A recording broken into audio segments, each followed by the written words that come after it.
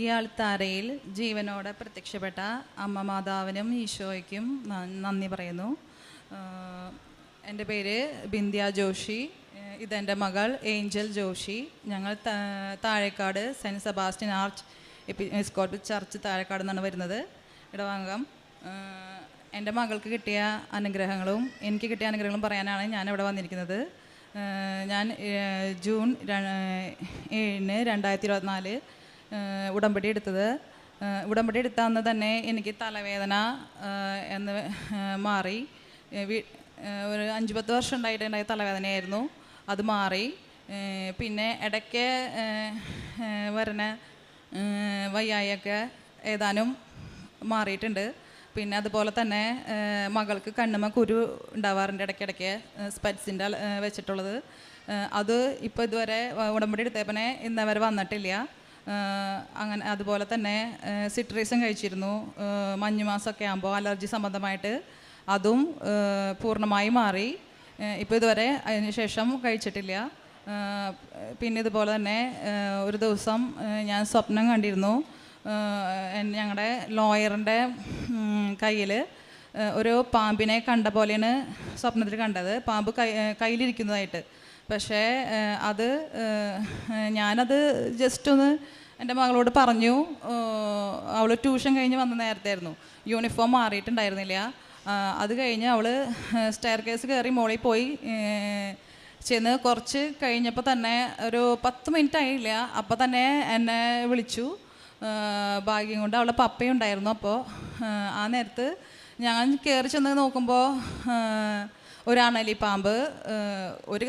ഞങ്ങൾ ഇവളുടെ വയസ്സിനകത്താണ് ഞങ്ങൾ വീട് വെച്ചത്. ഇതേവരെ അങ്ങനെ മുകളിൽ അങ്ങനെ ഒരു പ്രശ്നമൊന്നും വരെ അങ്ങനെ ഉണ്ടായിട്ടുണ്ടായില്ല. അത് കഴിഞ്ഞ് ചിന്തിക്കാൻ പോലും പറ്റിയിരുന്നില്ല.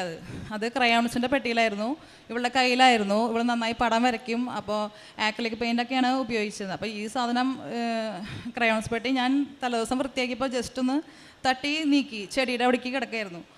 അപ്പോൾ ഞാനത് കാര്യമാക്കില്ലേ, അവൾ ധ്യാനത്തിന് പോയേക്കായിരുന്നു 10th.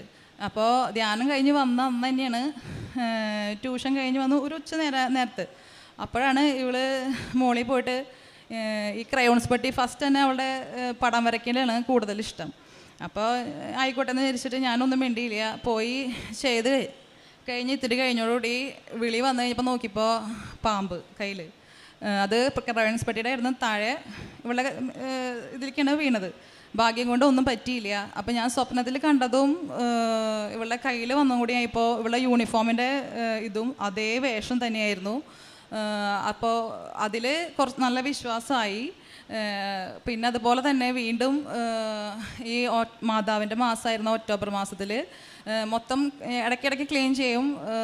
ഞാൻ ഹൗസ് വൈഫാണ്, അപ്പോൾ മെയിനായിട്ട് എൻ്റെ ക്ലീനിങ്ങാണ് പരിപാടി, ചെടികളും ഇതൊക്കെ ആയിട്ട്. അപ്പോൾ ഞാൻ മൊത്തം തുറന്നിട്ട് ഞങ്ങൾ ചെയ്തിരുന്നത്. എൻ്റെ അമ്മച്ചി ഉണ്ടായിരുന്നു, അപ്പോൾ അമ്മച്ചിയും ഇതുപോലെ തന്നെ ചീത്ത പറയാറുന്നു, നിനക്ക് എന്നും ഇത് തന്നെയാണ് പണിയെന്ന് പറഞ്ഞിട്ട്. അപ്പോൾ ഞാനിത് ചെയ്ത് കഴിഞ്ഞപ്പോൾ ഞാൻ ശ്രദ്ധിച്ചില്ല. പിറ്റേ ദിവസം ഇത് തലേദിവസം കയറി ഇരുന്നിട്ടുണ്ടാവണം കിച്ചൺ കബോർഡിൻ്റെ അടിയിലത്തെ സ്റ്റെപ്പില്ല, എല്ലാം കബോർഡ് ഫുള്ളും അടച്ചുറപ്പുള്ളതാണ്. അപ്പോൾ മുകളിലേക്കും ഒരു രക്ഷയ്ക്കും കയറാൻ പറ്റില്ല. പക്ഷേ എന്തോ ബൈ ചാൻസ് അത് കയറിയിരുന്നു, കടിക്കേണ്ടതായിരുന്നു. ഇതുപോലെ തന്നെ ഒരിക്കലും ഇവള് ചെയ്യാത്ത അടുക്കളയിൽ വന്ന് എന്നെ വിളിച്ചിട്ട് പറയും, അമ്മ മഷ്റൂം ബിരിയാണി ഉണ്ടാക്കാനുള്ള സാധനം. അപ്പോൾ ഞാൻ പറഞ്ഞു, പോയിന്ന് പഠിക്കും, ഞാൻ നിന്നാ നോക്കിക്കൊണ്ടെന്ന് പറഞ്ഞു. അങ്ങനെ പിറ്റേ ദിവസത്തേക്കുള്ള കാര്യമാണ്. വൈകിട്ട് 9:30 തന്നെ ഇതുപോലെ തന്നെ. അപ്പോൾ ആരുമില്ല, എൻ്റെ അമ്മച്ചി ഉണ്ടായിരുന്നു. പാമ്പിനെ കൈകാര്യം ചെയ്യാനുള്ള ആൾക്കാരൊന്നും ഇല്ല. പക്ഷേ ആ നേരം കൊണ്ട് തന്നെ ഭാഗ്യം കൊണ്ട് ഇതുപോലെ തന്നെ ആട്ടി ഒരു നൽകി അതിനെ ഞാൻ തന്നെ പറഞ്ഞയച്ചു. കാരണം വെച്ചാൽ കിച്ചൺ കബോർഡ് തുറന്നുമ്പോൾ തന്നെ നമുക്ക് കണ്ടേക്കുന്നത് പാമ്പിനെ തന്നെ. അതിൽ നിന്നും ദൈവം രക്ഷപ്പെടുത്തി, ഞങ്ങളെ 2 പേരും രക്ഷപ്പെടുത്തി. കാരണം പിറ്റേ ദിവസം തുറന്നാലും അത് എൻ്റെ കയ്യിലാണ് പെടേണ്ടത്, അല്ലെങ്കിൽ ഇവളുടെ കയ്യിൽ. അങ്ങനെ അതിൽ നിന്ന് രക്ഷപ്പെട്ടു. പിന്നെ അതുപോലെ തന്നെ ഞാനൊരു ഗ്രൂപ്പിൽ കൊറോണയുടെ സമയത്ത് ഇതുപോലെ തന്നെ എനിക്ക് കൊറോണ വന്നിരിക്കുന്ന സമയത്തായി എൻ്റെ പേരിൽ എൻ്റെ ഫ്രണ്ട് ഒരു ഗ്രൂപ്പിൽ ചേരണമെന്ന് പറഞ്ഞ് ഞങ്ങൾ നല്ല ഒരു പ്രവാസികളുടെ പോലത്തെ ഒരു ഗ്രൂപ്പാണെന്ന് വിചാരിച്ചത്. ഞാനത് ഒന്നും തന്നെ നോക്കിയില്ല. എനിക്ക് കൊറോണ ആയിരുന്നതിൻ്റെ പേരിൽ ഞാൻ അവൾക്കും കൂടി വരണ്ടല്ലോ എന്ന് ചോദിച്ചിട്ട് സൈൻ ചെയ്ത് കൊടുത്തു. ആ സൈൻ മിൻസ് ബുക്കിലല്ലേന്ന് ഞാനും വിചാരിച്ചു. ആ സൈൻ ചെയ്ത് കൊടുത്തത് വലിയൊരു അബദ്ധമായിരുന്നു. അവൾക്കും അറിയില്ല, അവൾ ശ്രദ്ധിച്ചിട്ടില്ല. അവളും സൈൻ ചെയ്തിട്ടുണ്ട്, പക്ഷേ അതിൽ എങ്ങനത്തെ ആൾക്കാരാണ് എന്താണെന്നൊന്നും അറിയില്ലായിരുന്നു. അത് 6 വരെ എത്തി ലാസ്റ്റ്. അതെന്നുവെച്ചാൽ അത് അടയ്ക്കാത്ത ടീമുകളായിരുന്നു. എനിക്ക് പൈസ വേണ്ടെന്ന് പറഞ്ഞപ്പോൾ അത് കുറച്ച് ബാങ്കിലെത്തിയതിന് ശേഷം ഒപ്പിട്ടവരൊക്കെ ബാങ്കിൽ വരണം പൈസയുടെ കാര്യം എന്ന് പറഞ്ഞു. അപ്പോൾ ഞാൻ പറഞ്ഞു എനിക്ക് പൈസ വേണ്ട, പക്ഷെ വേണ്ടിയില്ലെങ്കിലും ആ പൈസ ഒപ്പിടണം, മറ്റുള്ളവർക്ക് കൊടുക്കാനായിരുന്നു. അപ്പോൾ അന്ന് ഞാൻ ജസ്റ്റ് എൻ്റെ ഫ്രണ്ടിന് കൊടുത്തു. പിന്നെ അത് കഴിഞ്ഞ് പിന്നെ ഇതായപ്പോഴേക്കും ഇത് 6 വരെ എത്തി. അപ്പോൾ അത് ബാങ്കുകാരൻ പറഞ്ഞു നിങ്ങളുടെ ട്രാൻസാക്ഷനും കാര്യങ്ങളൊക്കെ അറിയാവുന്നതിൻ്റെ പേരിൽ പറഞ്ഞു എത്രയും പെട്ടെന്ന് ഇതിൽ നിന്ന് ഒഴിഞ്ഞോ എന്ന രീതിയിൽ. അപ്പോൾ തന്നെ ഞാൻ ഇതിൽ നിന്ന് ഒഴിയാനുള്ള കാര്യങ്ങൾ നോക്കി. ലാസ്റ്റ് മെമ്പറെ കണ്ടു. അതിനോടനുബന്ധിച്ച് ഈ ഉടമ്പടി എടുത്തിട്ടുണ്ടായിരുന്നു. അങ്ങനെ നിൽക്കുമ്പോൾ ഒരു ലോൺ ഉള്ളപ്പോൾ വേറൊരു ലോൺ കൊടുക്കില്ല. ബൈ ചാൻസ് എന്ന് പറഞ്ഞാൽ നമ്മുടെ ഇതിൽ അത് രക്ഷപ്പെട്ടു. ഞാനത് കൊടുക്കാൻ തോന്നി വേറെ ബാങ്കുകാർക്ക്. ആ ബാങ്കുകാർ പെട്ടു എന്നുള്ള അവസ്ഥയായി. പക്ഷേ എന്നാലും ഞാൻ അതിൽ നിന്ന് ഒഴിഞ്ഞു മാറി, കാരണം ദൈവാനുഗ്രഹം കൊണ്ട്. അങ്ങനെ അതിൽ നിന്ന് ഞാൻ രക്ഷപ്പെട്ടു. അതിൽ വെച്ച പൈസ ഞാൻ നിയോഗത്തിലൊന്നും വെച്ചിട്ടുണ്ടായിരുന്നില്ല, എനിക്ക് കിട്ടണം എന്നുള്ള രീതിയിൽ. അത് പോയിക്കോട്ടെ എന്നുള്ള രീതിയിൽ തന്നെയായിരുന്നു വിചാരിച്ചത്, കാരണം കിട്ടില്ല ഒരു കാരണവശാലും. പക്ഷേ ആ പൈസ 1 രൂപ പോലും എനിക്ക് നഷ്ടപ്പെടാണ്ട് എനിക്കത് തിരിച്ചു കിട്ടി. അതും ചൊവ്വാഴ്ച തന്നെ. ഈ ഗ്രൂപ്പിൽ നിന്ന് ഞാൻ ഒഴിഞ്ഞതും ചൊവ്വാഴ്ച തന്നെ. പിന്നെ എനിക്ക് ഇതുപോലെ തന്നെ പല തരത്തിലുള്ള ടെൻഷിപ്പ് ഇതുപോലെ തന്നെ ഒരു സൈനും കൂടി ഞാൻ ചെയ്തിട്ടുണ്ടായിരുന്നു. ഇതിനോടനുബന്ധിച്ച് ഒരു ഡ്രൈവിംഗ് ലൈസൻസ് എടുത്തതാ. ഇതുവരെ ഡ്രൈവിംഗ് ഞാൻ ഓടിച്ചിട്ടില്ല വണ്ടി. അതോടുകൂടി നിർത്തി വെച്ചു. കാരണം അത് പറയാനുണ്ടെങ്കിൽ അത് മുഴുവനും ലീഗലായിട്ട് കഴിഞ്ഞിട്ടില്ല. അതിൻ്റെ സാക്ഷ്യം പറയാനായിട്ട് ഞാൻ വീണ്ടും വരുന്നതാണ് എന്ന് അമ്മോട് പറഞ്ഞിട്ടുണ്ട്. അത് അച്ഛൻ്റെ 44 ദിവസത്തെ ഇതിൽ പറഞ്ഞിട്ടുണ്ടായിരുന്നു. ഓഗസ്റ്റ് 12-ാം തീയതി ആയിരുന്നു അത് ഓഗസ്റ്റ് 12-ാം തീയതി മുതൽ 44 ദിവസം എന്ന് പറയുമ്പം സെപ്റ്റംബർ 24-ാം തീയതി വരെ അതിൽ ഉള്ളിലാണ്. 23-ാം തീയതി ലാസ്റ്റ് ദിവസത്തിന് ഒരു ദിവസം മുപ്പാടാണ് എനിക്കൊരു ഫോൺ കോൾ വന്നേ. അതിലൂടെ എനിക്ക് ബാധ്യത ഇല്ലാത്ത രീതിയിൽ മാതാവ് അതിനൊരു സൊല്യൂഷൻ കണ്ടെത്തി. ഇനി അത് ലീഗലായിട്ട് ക്ലിയർ ആകുമ്പോൾ ഞാൻ സാക്ഷ്യം പറയുന്നതാണ്. പിന്നെ എൻ്റെ മകൾക്ക് 10th നല്ല മാർക്കോടുകൂടി പാസ്സായി. അവൾ 10th വരെ പ്രൈവറ്റായിട്ടാണ് പഠിച്ചിരുന്നത്. അപ്പോൾ അവളുടെ ആഗ്രഹമായിരുന്നു ഗവൺമെൻറ്റിൽ പഠിക്കാനുള്ളത്. അപ്പം ഞാൻ പറഞ്ഞു ഓക്കെ. അപ്പോൾ അതിൽ പഠിക്കാൻ വേണ്ടിയിട്ട് ദൈവം അനുഗ്രഹിച്ചു. ഗവൺമെൻറ് സ്കൂളിൽ തന്നെ ഞങ്ങളുടെ അടുത്ത് തന്നെ നല്ല അവൾ ആഗ്രഹിച്ച പോലെ വിഷയം ബയോ സയൻസ് തന്നെ എടുത്ത് കിട്ടി. ദൈവം അനുഗ്രഹിച്ചു. പല ആപത്തുകളിൽ നിന്നും ഈ ഉടമ്പടി തൈലം വഴി ഞങ്ങൾ കാശുരൂപം, ഉപ്പ് ഇതൊക്കെ വഴി രക്ഷപ്പെട്ടു. അതിൻ്റെ എൻ്റെ അനുഭവത്തിൻ്റെ വെളിച്ചത്ത് ഇതല്ല, ഇതിനും കൂടുതൽ കാര്യങ്ങൾ പറയാനുണ്ട്. പക്ഷേ പരിമിതി കൊണ്ട് നമ്മളത് പറയണില്ല മുഴുവനും. അത്രമാത്രം അനുഗ്രഹങ്ങൾ കിട്ടിയിട്ടുണ്ട്. എനിക്ക് ഒരുപാട് അനുഗ്രഹങ്ങൾ എനിക്ക് കിട്ടിയിട്ടുണ്ട്. അതുകൊണ്ട് സാക്ഷ്യം ഞാൻ ചുരുക്കാണ്. പിന്നെ അതുപോലെ തന്നെ കാരുണ്യ പ്രവർത്തികൾ എല്ലാ മാസവും ശാല സന്ദർശിക്കും. അതുപോലെ തന്നെ പഠിക്കുന്ന കുട്ടികൾക്ക് പൈസയായിട്ട് അത് വേറെ. പിന്നെ രോഗികളെ പോയി കാണും. ഹോസ്പിറ്റലിൽ കുറച്ച് പോകാറുള്ളൂ, കാരണം രോഗികളായിട്ട് വീടുകളിലും ഉള്ളവർക്കുണ്ടാവും പൈസയായിട്ട് സഹായമുള്ളത്.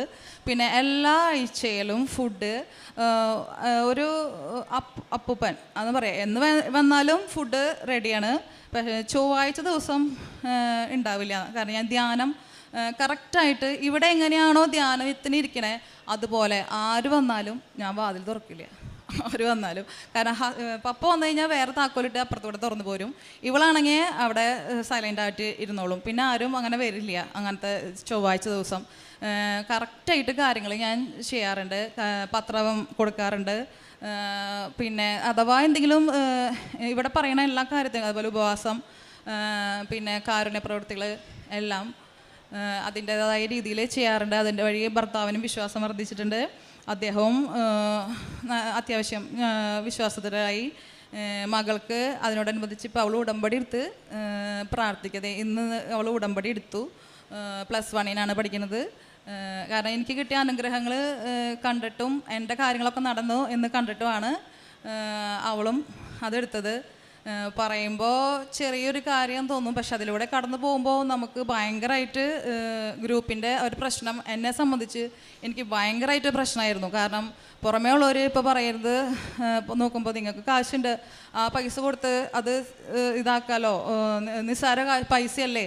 പക്ഷെ അത് പറയുമ്പോൾ എനിക്ക് ഉണ്ടാവുന്ന വിഷമം ഭയങ്കര വലുതായിരുന്നു. കാരണം ഞാനൊരു ഹൗസ് വൈഫാണ്, എനിക്ക് ജോലിയില്ല. പക്ഷേ അത് അപ്പം എൻ്റെ ഭർത്താവിൻ്റെ പൈസയാണ് ഇത് പോകുമ്പോൾ അത് ഞാൻ കാരണം എന്ന രീതിയിൽ അതൊരു കുറ്റബോധം തന്നെയായിരുന്നു എനിക്കത് പറയുമ്പോൾ. പക്ഷേ ദൈവാനുഗ്രഹം കൊണ്ട്, അമ്മ മാതാവിൻ്റെ അനുഗ്രഹം കൊണ്ടും ഞാൻ അതിൽ നിന്ന് രക്ഷപ്പെട്ടു. കുറച്ച് പൈസ എനിക്ക് ചിലവായിട്ടുണ്ട്, അധികമല്ല, എന്നാലും കുറച്ച് പൈസ എനിക്ക് ചിലവായിട്ടുണ്ട്. എന്നാലും ദൈവത്തിൻ്റെ അനുഗ്രഹം കൊണ്ട് തന്നെ എല്ലാത്തിൽ നിന്നും രക്ഷപ്പെടാനുള്ള വഴി ദൈവം തന്നെ തുറന്നു തന്നു. ഈശോയ്ക്കും അമ്മ മാതാവിനും ഞാൻ നന്ദി പറയുന്നു. വിശുദ്ധ ലൂക്കായുടെ സുവിശേഷം 10-ാം അധ്യായം 19-ാം തിരുവചനം. ഇതാ, പാമ്പുകളുടെയും തേളുകളുടെയും ശത്രുവിൻ്റെ സകല ശക്തികളുടെയും മീതെ ചവിട്ടി നടക്കാൻ നിങ്ങൾക്ക് ഞാൻ അധികാരം തന്നിരിക്കുന്നു, ഒന്നും നിങ്ങളെ ഉപദ്രവിക്കുകയില്ല. ബിന്ധ്യ ജോഷി എന്ന ഈ അമ്മയും ഏഞ്ചൽ ജോഷി എന്ന മകളും ഇവരുടെ പ്രത്യക്ഷീകരണ സാക്ഷ്യം ഏറ്റുപറയുമ്പോൾ സമയച്ചുരുക്കത്തിൻ്റെ അമ്മ ഇവരുടെ ജീവിതത്തിൽ ചെയ്ത വലിയ വലിയ അത്ഭുതങ്ങൾക്ക് നന്ദി പറയുകയാണ്. 10 വർഷമായിട്ടുണ്ടായിരുന്ന അവരുടെ നിരന്തരമായ തലവേദന, അവരതിന് ഉപയോഗിച്ച മരുന്നുകൾ, ആശുപത്രികൾ എല്ലാം വളരെ ചുരുക്ക സമയം കൊണ്ടാണ് ഉടമ്പടി വസ്തുക്കളിലൂടെ, നേർച്ച വസ്തുക്കളിലൂടെ അവർക്ക് സൗഖ്യം ലഭിച്ചതെന്ന് ഏറ്റുപറയുന്നു. അതുപോലെ തന്നെ അവർക്ക് സ്വപ്ന ദർശനങ്ങളിലൂടെ പരിശുദ്ധ അമ്മയുടെ സാമീപ്യം വെളിവാക്കി കൊടുക്കുകയും എല്ലാ ഇഴജന്തുക്കളുടെയും ക്ഷുദ്രജീവികളുടെ ആക്രമണങ്ങളിൽ നിന്ന് അവരെ സംരക്ഷിക്കുന്ന ഒരു വലിയ ദൈവാനുഭവം അവർക്കുണ്ടായി എന്ന് ഏറ്റുപറയുന്നു. ബിന്ധ്യ ജോഷി പറയാൻ വിട്ടുപോയ ഒരു കാര്യം ഇതാണ്. അവരുടെ വീടിന് ചുറ്റുമുണ്ടായിരുന്ന ഒരു അസ്വസ്ഥത അവർ വളരെയധികം പ്രാർത്ഥിച്ച്, നേർച്ച വസ്തുക്കൾ ഉപയോഗിച്ച് പ്രാർത്ഥിച്ചതിൻ്റെ ഫലമായി അടുത്തുള്ള എല്ലാ വേസ്റ്റായിട്ടുള്ള എല്ലാ കാര്യങ്ങളും നീങ്ങിപ്പോകുവാനും അവർക്ക് സ്വസ്ഥമായി ജീവിക്കുവാനും സാധിച്ചു. അതോടുകൂടി അവരുടെ വീടും പരിസരവും വളരെ സ്വസ്ഥമാവുകയും വളരെ ശാന്തമാവുകയും പരിശുദ്ധ അമ്മയുടെ പാമ്പുകളിൽ നിന്നുള്ള വലിയ ശല്യത്തെ പരിശുദ്ധ അമ്മ അവരുടെ മധ്യസ്ഥതയിൽ ഈശോ അവർക്ക് സംരക്ഷണം നൽകിക്കൊണ്ടിരിക്കുകയാണ്. ജോസഫ് അച്ഛൻ പറയുന്നത് പോലെ നാം പ്രാർത്ഥനയിലൂടെ ജീവിക്കുമ്പോൾ, നാം ഉടമ്പടിയിലായിരിക്കുമ്പോൾ അനുഗ്രഹത്തിനും അഭിഷേകത്തിനും ശേഷം നമുക്ക് ലഭിക്കുന്ന ഒരു ആത്മീയ അധികാരത്തെയാണ് ഈശോ നമുക്ക് ദിവ്യവചനത്തിലൂടെ ലൂക്കാ 10:19 നമുക്ക് നൽകും. നിങ്ങൾ പാമ്പുകളുടെയും തേളുകളുടെയും ചവിട്ടി നടന്നാലും നിങ്ങളെ വിഷം തീണ്ടിയാലും നിങ്ങൾക്കൊന്നും സംഭവിക്കുകയില്ല എന്ന് ഈശോ നമുക്ക് അധികാരം നൽകുന്നത് അതുകൊണ്ടാണ്. ഉടമ്പടി എന്ന് പറയുന്നത് ഒരു വലിയ പവർ സ്റ്റേഷനാണ്. ഈ പ്രാർത്ഥനയിൽ നിന്ന് ഉയരുന്ന നമ്മുടെ പരിശുദ്ധ അമ്മയുടെ മധ്യസ്ഥതയിലൂടെ ഈശോ നമുക്ക് നൽകുന്ന സൗഖ്യവും സംരക്ഷണവും വളരെ വലുതാണെന്ന് നാം അറിഞ്ഞവർക്ക് മാത്രമേ മനസ്സിലാവുകയുള്ളൂ. നാം അറിവില്ലാതെ, മകൾ പറയുകയായിരുന്നു, ബിന്ധ്യ പറയുന്നത്, അറിവില്ലാതെ ചെന്ന് പെട്ടുപോയ ചില കേസുകളിലെല്ലാം എങ്ങനെ തലയൂരി പോരണമെന്ന് പോലും പരിശുദ്ധ അമ്മ വഴി നയിക്കുകയും സാമ്പത്തിക പ്രതിസന്ധികളൊന്നും കൂടാതെ തന്നെ അറിവില്ലായ്മ പോലും ഈശോ നമ്മെ സംരക്ഷിക്കുന്ന രീതികളെയെല്ലാം ഈ മകളേറ്റു പറയുകയായിരുന്നു. നാം ഉടമ്പടിയിലാണെങ്കിൽ സംരക്ഷണം പരിശുദ്ധ അമ്മ ഏറ്റെടുത്തിട്ടുണ്ട്. എല്ലാ സൗഖ്യങ്ങളും സമാധാനവും ഐശ്വര്യവും എല്ലാം ഈശോ നമുക്ക് നൽകുമെന്നുള്ള ഒരു വലിയ വാഗ്ദാനം ഇതിലൂടെ നമുക്ക് മനസ്സിലാക്കാം. ഈ കുടുംബത്തിന് ലഭിച്ച എല്ലാ അനുഗ്രഹങ്ങൾക്കും നന്ദി പറഞ്ഞുകൊണ്ട് ഒരു നല്ല കയ്യടിയോടെ ഈശോയ്ക്കും പരിശുദ്ധ അമ്മയ്ക്കും ഈ സാക്ഷി നമുക്ക് സമർപ്പിക്കാം. അത്യപൂർവ ദൈവാനുഭവങ്ങൾ ഇനി നിങ്ങൾക്കും സ്വന്തം. ഈ യൂട്യൂബ് ചാനൽ ഇതുവരെ സബ്സ്ക്രൈബ് ചെയ്തിട്ടില്ലെങ്കിൽ ഇപ്പോൾ തന്നെ സബ്സ്ക്രൈബ് ചെയ്യുക. ഈ വീഡിയോ ഇപ്പോൾ തന്നെ നിങ്ങളുടെ സുഹൃത്തുക്കൾക്ക് ഷെയർ ചെയ്തുകൊണ്ട് കർത്താവിൻ്റെ പ്രേക്ഷിതരാകുക.